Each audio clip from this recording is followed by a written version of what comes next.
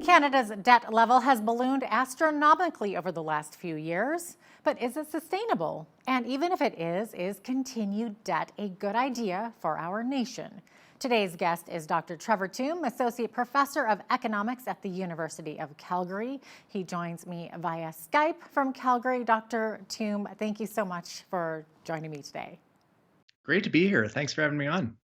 So, Dr. Tombe, our federal government has been piling up like never before with COVID spending. However, with the current low interest rates, apparently it's actually sustainable. Can you explain this? Sure. So, when we think about debt sustainability for a government, what we're really talking about is whether the government is able to service and carry that debt. Will it be able to make its interest payments in the future? So, the rate of interest that investors lending government money are charging, that matters. But it's not the only thing that matters. We also need to worry about the government's ability to raise revenue. So economic growth rates matter as well. So in the future, going forward, it does look like the federal debt today, even though it's risen very high, is sustainable because of a combination of low rates, hopefully future economic growth, which raises federal revenues. Okay, so if I understand correctly, then as long as economic growth exceeds interest rates, we're okay, right? Well, that's one of the most important things to look at for public debt sustainability. If economic growth rates do exceed interest rates, then it is much easier for governments to carry debt levels because the debt to GDP would mechanically be falling, even if there are modest deficits run by a government. Okay, so but if interest rates rise above economic growth, then we would have to either raise taxes or cut spending or potentially both. That's right. If interest rates are higher than economic growth, then there's this built in pressure for debt to grow faster than the overall economy, which itself would not be sustainable. So we would need the government to run surpluses in order to shrink debt, pay it down to keep it from growing faster than the economy.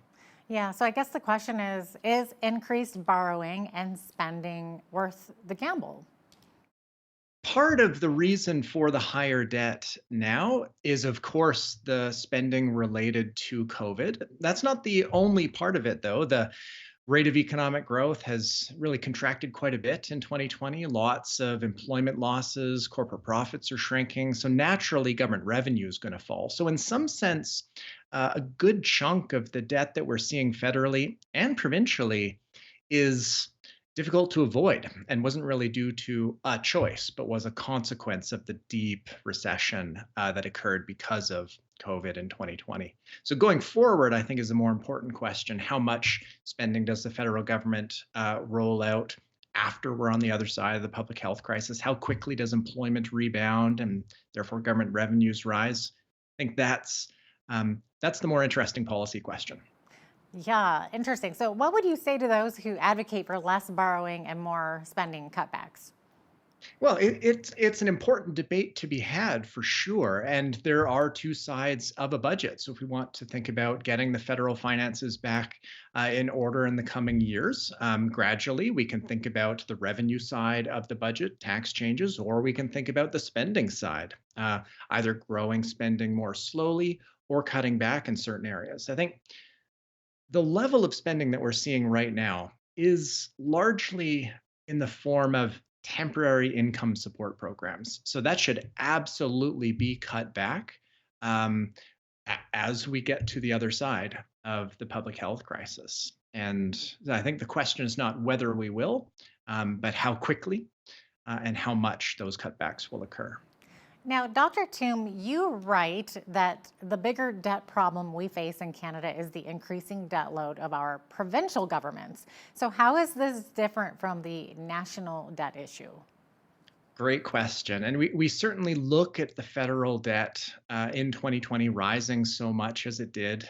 We look at that with a great deal of concern. But the federal government going forward, most of its revenue comes from income taxes and the GST. And so it is going to keep pace with economic growth. And it's not the order of government in Canada that pays for things like healthcare, education, and so on. Most of that is by provinces. So our aging population, which has really started to ramp up recently and will continue to be a source of pressure in the healthcare system, those costs are going to be borne by provincial governments. And most provinces don't raise nearly as much revenue from income and sales taxes as the federal government does. So the provinces have this structural problem of revenue growing more slowly than healthcare costs are going to in the coming years. So I have a great deal of concern around provincial debt, much more than the federal debt, just because of demographics and provinces bearing the brunt of an aging population. Yeah, would you say that those are some of the main drivers that are increasing provincial debt load specifically for Alberta? Yeah, so Yeah. Alberta, like other provinces going forward, basically the entire reason why provincial debt levels may not be sustainable under current policy is because of an aging population. This increases health costs, and that's entirely borne by provinces. But it also shrinks the rate of economic growth. As people retire, they're not working anymore. And so there's fewer people participating in the labor force. And so that creates pressure too. But yeah, aging and the effect of that on provinces, that's a huge deal that we haven't yet come to grips with. So, what options do the provinces have then to rein in the debt and still keep the necessary bills paid? So lots of options, and these are going to vary across provinces. Two sides of the budget, as I mentioned earlier, we can think about tax changes on the revenue side, and quite frankly, I kind of think that's where Alberta might go in the short term. But then also think about changing the rate of growth of healthcare spending. Think about innovation and reforms to how healthcare is done, how it's operated. Um, Whether we have increased contracting out for different services, for example. I think you'll see provinces experimenting with different approaches there to try and ensure that health costs don't grow as much as we currently fear they will. How much does personal and household debt play into all of this? So that's another great question. It's not as though the government is the only entity seeing debt levels rise. I mean, this is a deep and hopefully won't be too long lasting, but will last for some time. This economic shock is increasing debt of businesses. Household debt hasn't risen as much because of the government income transfer programs being so large and have actually been larger than the income losses that most households have experienced through 2020. But going forward, that is important to keep an eye on. Canadian household debt levels are larger relative to income compared to, say, the United States. But at the same time, we also have a lot of assets. Uh, Real estate being a big part of that, but not the only part of it. So I'm actually fairly optimistic that our household debt is itself sustainable, even though some do point to it as a source of concern. But hasn't Canada had some significant increases in this area? Yep. So we certainly have seen an increase in household debt, no question. But at the same time, we have also seen an increase in household wealth. So debt increasing, yep, that's happening. But so too are assets increasing, and not just real estate. Even if you exclude real estate, the financial wealth of households in Canada has also increased. And the debt relative to our assets, that's actually been relatively stable. So it hasn't increased in the same way that we see debt to income. Now, we obviously do need spending to keep our economy going strong, right? But what advice do you have when it comes to household spending for those families with a tight budget?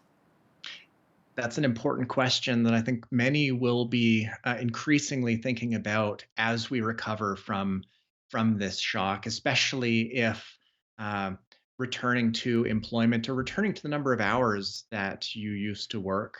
It goes fairly slowly, so it depends on the pace of the recovery. But for a household on a tight budget, it's important to think about trade offs when allocating those household budgets. So, to the extent that you can delay larger purchases of durable goods. That's often something that makes sense. So new vehicles or replacing appliances, things like that. But my most important piece of advice in the short term is to pop on to the provincial and federal government websites and check to see if you qualify for one of the many support programs that exist. So if you're eligible for something, take advantage of it.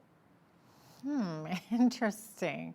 Okay, what kind of support programs are you talking about? And wouldn't this increase some of the Canadian debt in the long Yep, run? absolutely, absolutely. So the federal support programs, the biggest one was the emergency response benefit. That's transitioning now into kind of an expanded EI program and a related program called the Canada Recovery Benefit.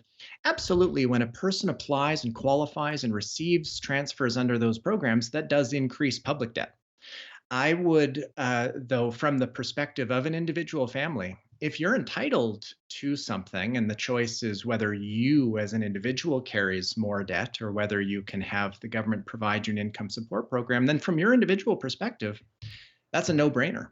And it's important not to leave opportunities on the table if you indeed qualify for those programs. They're intended to support families that need it. And so if you need it, apply for it.